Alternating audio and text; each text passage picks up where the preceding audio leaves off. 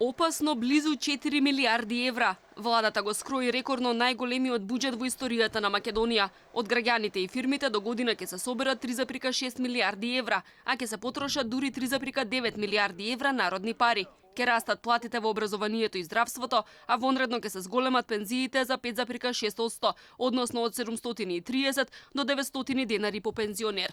За едни ова е предизборен подкуп, за премиерот Заев ова било храброст, односно инвестирање во човечки капитал. Уверува дека за пораст на платите и пензиите, владата немало да се задолжи ниту денар. Сепак за исплата на пензии ќе се потроши рекордна 1 милиарда евра, а за да се покрие дупката во државниот пензиски фонд, од буџетот до година ќе се трансферираат речиси половина милиарда евра или скоро 50 милиони евра повеќе од планираното. Таа е таа ставка. Исти биле 3 милиарди законските обврски кои што ги трансферираме секоја година за во пензии. Транзиционите трошоци биле 9 милиарди, 8 милиарди 147, сега се 8 милиарди 150. Исти се. Само што овој дел на трансферот, за каде што државата од секогаш го покривала недостатокот на пензиите, е стабилизиран, намален за 150 милиони, а во него се вградени 3 милиарди денари за повисоки пензии. Капиталните инвестиции се проектирани на нешто пореално ниво од 374 милиони евра, слично како и во годинешниот ребаланс на буџетот. За да се финансира буџетскиот дефицит и да се спроведат проектите, владата ќе се задолжи за дури 1 милиарда евра. Дома ќе поземи 440 милиони, а од странство 558 милиони евра. Министерката Нина Ангеловска не исклучи дека ќе се издава еврообврзница. Од друга страна, ќе се враќаат стари долгови од 265 милиони дома и 438 милиони евра кон странство. Премиерот призна, јавниот долг ќе расте.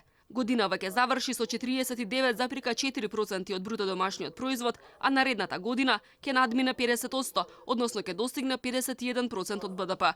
Премиерот најави дека ако победи на избори, во наредниот мандат би се задолжувал уште повеќе, до 65% од БДП, само за да се реализирале зацртаните проекти и покрај тоа што токму нив ги крати редовно со ребаланс секоја година.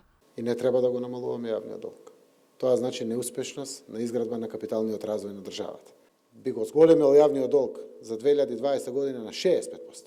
Ако знам дека може веднаш да се реализира Скопје-Блаце, да се изгради железницата Кичево-Лим, веднаш да заврши железницата Крива Паланка бугарска граница, да се изгради гасификацијата веднаш, па и мрежата внатре во градовите, тама работа која ќе избираме дали ова да го правиме или не. Не, треба развојот да го акцелерираме. Буџетот е скроен врз основа на проекции за раст на економијата од 3,8%, дефицит од 2,3% и инфлација од 1,7%. Дури 2,5 милиарди евра или 64% од вкупниот буџет ќе се потрошат за раст на платите во здравството, образованието и за социјална заштита.